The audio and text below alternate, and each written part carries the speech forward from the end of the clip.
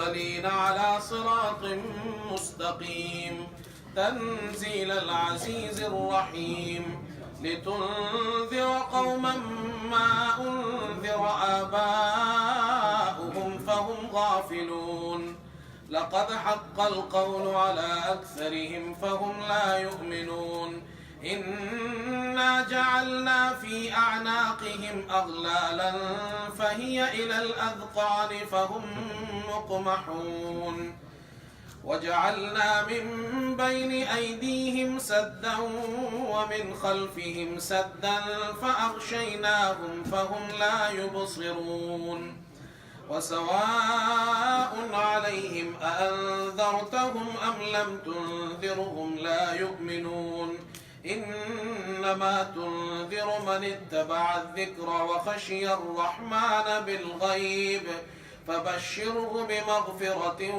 وأجر كريم إنا نحن نحيي الموتى ونكتب ما قدموا وآثارهم وكل شيء أحصيناه في إمام مبين صدق اللہ العظیم۔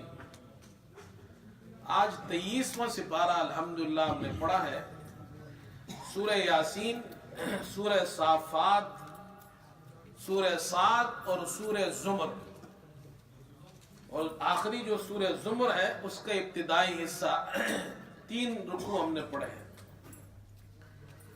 سورہ یاسین کے اندر 3 بنیادی مسائل ذکر کیے گئے ہیں۔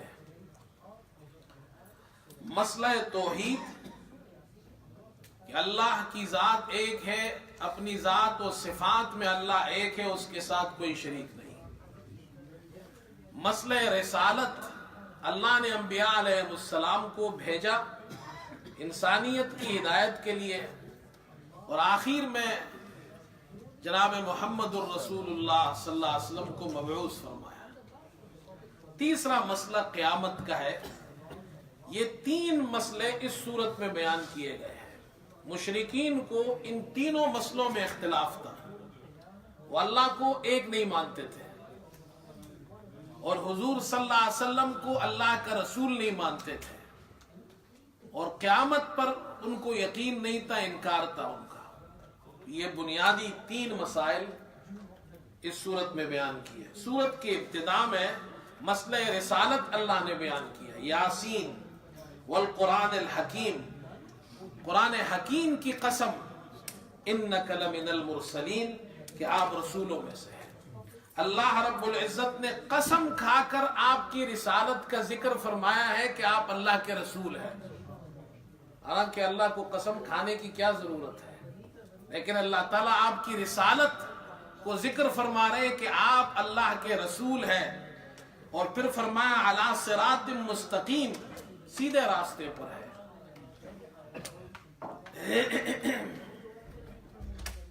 اس کے بعد دوسرا مسئلہ مسئلہ توحید ہے، تو مسئلہ توحید کو بھی اس صورت میں ذکر کیا گیا ہے۔ تنزیل العزیز الرحیم، یہ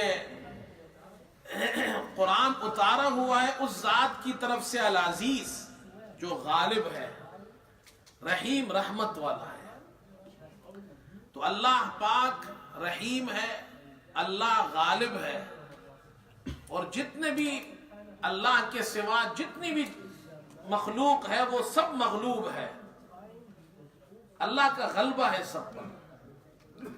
اور تیسرا مسئلہ قیامت کا ذکر کیا اسی رکوع کے اندر، انا نحن نحیی الموتى ونکتب ما قدموا وآثارهم، بے شک ہم ہی مردوں کو زندہ کریں گے، اللہ نے یہ ذکر فرمایا۔ تو اجمال، اللہ نے اجمالاً یہ 3 باتیں اس رکوع کے اندر ذکر کی، اور آگے اس کی تفصیل ہے۔ پھر دوسرے رکوع کے اندر اللہ نے مسئلہ رسالت کی تفصیل کے ساتھ اس کو بیان کیا۔ وَاضْرِبْ لَهُمْ مَثَلًا أَصْحَابَ الْقَرْيَةِ إِذْ جَاءَهَا الْمُرْسَلُونَ۔ اللہ تعالیٰ فرماتے آپ ان کو ایک بستی کی مثال کے طور پر ایک بستی کا ذکر کیجئے اور بیان کیجئے۔ اِذْ جَاءَهَا الْمُرْسَلُونَ، جب ان کے پاس رسول آئے، اب یہ مسئلہ رسالت کو اللہ کھول کر بیان کر رہا ہے کہ اللہ کس طرح اپنے رسولوں کو بھیجتے ہیں۔ بعض مفسرین فرماتے ہیں انطاکیہ ایک بستی تھی، وہاں اللہ نے رسول بھیجے، اور بعض فرماتے ہیں کہ یہ رسول نہیں تھے، رسول کی طرف سے قاصد تھے، حضرت عیسیٰ علیہ السلام کی طرف سے، اور یہ بھی توحید کا پیغام لے کر آئے۔ تو اللہ نے ان کا ذکر کیا کہ یہ رسول تھے۔ اذ جاء المرسلون اذ ارسلنا الیہم اثنین فکذبوہما فعززنا بثالث۔ ابتدا میں اللہ نے 2 بھیجے، پھر اللہ نے ان کے ساتھ ایک اور رسول بھیجا، 3 کو بھیجا اللہ نے۔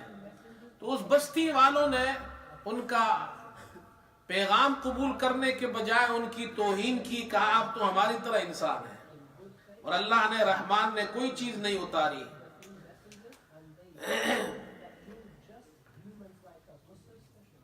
اور پھر ان سے کہا کہ ہم تمہارے آنے کی وجہ سے بارش نہیں ہو رہی تو بدفالی لیتے ہیں ہم تم سے۔ انہوں نے کہا قالوا طائرکم معکم، تمہاری بدفالی تمہارے ساتھ، تمہارے بدعمالی کا نتیجہ یہ ہے کہ تم اللہ کو ایک نہیں مانتے ہیں، رسولوں پر ایمان نہیں لاتے ہیں۔ اور پھر وہ جو اللہ کا پیغام لے کر آئے تھے، ان کی بات اس علاقے میں ایسی پھیل گئی کہ وہاں ایک شخص تھا حبیب نجار جس کو کہتے ہیں، اس کا نام مفسرین نے ذکر کیا ہے کہ شہر کے کنارے سے وہ دوڑتا ہوا آیا، اور انہوں نے قوم کو سمجھایا یہ اللہ کے رسول ہے، ان کی بات مانو،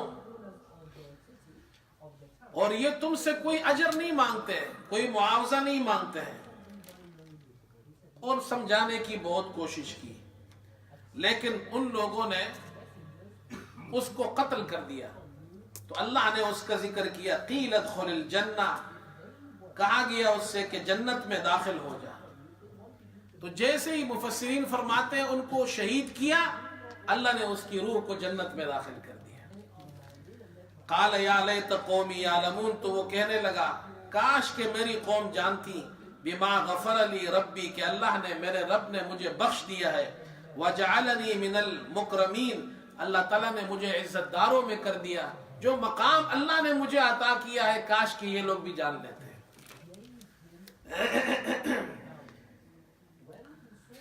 اس کے بعد اگلا رکوع ہے، یہاں مسئلہ توحید کو ذکر کیا کہ اللہ ایک ہے، اور اللہ نے اپنی توحید کی نشانیاں دنیا میں بھیجی ہے، تم غور کرو اس پہ۔ وَآیَةٌ لَهُمُ الْأَرْضُ الْمَيْتَةُ، اور ان کے لیے خشک زمین، مردہ زمین، یہ بھی ایک نشانی ہے اللہ کی۔ أَحْيَيْنَاهَا وَأَخْرَجْنَا مِنْهَا حَبًّا، ہم نے اس مردہ زمین، بنجر زمین کو زندہ کیا اور اس سے اناج نکالا، فَمِنْهَا يَأْكُلُونَ، تم اس میں سے کھاتے ہو۔ غور تو کرو، یہ زمین سے اناج کیسے اگتا ہے؟ خود بخود تو نہیں اگتا، اللہ اگاتا ہے اسے۔ وَجَعَلْنَا فِيهَا جَنَّاتٍ مِّن نَخِيلٍ وَأَعْنَابٍ، اللہ نے اس میں باغات تمہارے لیے بنائے ہیں۔ وَجَعَلْنَا فِيهَا جَنَّاتٍ، باغات کس چیز کے؟ مِن نَخِيلٍ، کھجوروں کے، وَأَعْنَابٍ، اور انگوروں کے، وَفَجَّرْنَا فِيهَا مِنَ الْعُيُونِ، اور ان میں اللہ نے چشمے جاری کیے ہیں، یہ بہتے ہوئے چشمے، یہ باغات، یہ پھول اور یہ فروٹ، یہ اناج، یہ غلہ، لِيَأْكُلُوا مِن ثَمَرِهِ، تاکہ تم اس کے پھل میں سے وہ لوگ کھائے۔ یہ سب اللہ نے پیدا کیا ہے۔ تو اللہ اپنی ذات میں ایک ہے، اس کے ساتھ کسی کو شریک مت کرو۔ اس رکوع میں اللہ نے توحید، مسئلہ توحید کو ذکر کیا۔ اگلے رکوع میں مسئلہ قیامت کو ذکر کیا، ایک دن آئے گا، یہ دنیا ختم ہو جائے گی اور پھر آخرت قائم ہوگی۔ وَنُفِخَ فِي الصُّورِ، سور پھونکا جائے گا۔ فَإِذَا هُم مِّنَ الْأَجْدَاثِ إِلَىٰ رَبِّهِمْ يَنْسِلُونَ، یہ اللہ فرماتے ہیں اپنے قبروں سے نکل کر اپنے رب کے طرف دوڑ رہے ہوں گے۔ قَالُوا يَا وَيْلَنَا مَنْ بَعَثَنَا مِن مَّرْقَدِنَا، کہیں گے ہائے افسوس، مَنْ بَعَثَنَا مِن مَّرْقَدِنَا، ہماری خوابگاہوں سے ہمیں کس نے اٹھایا؟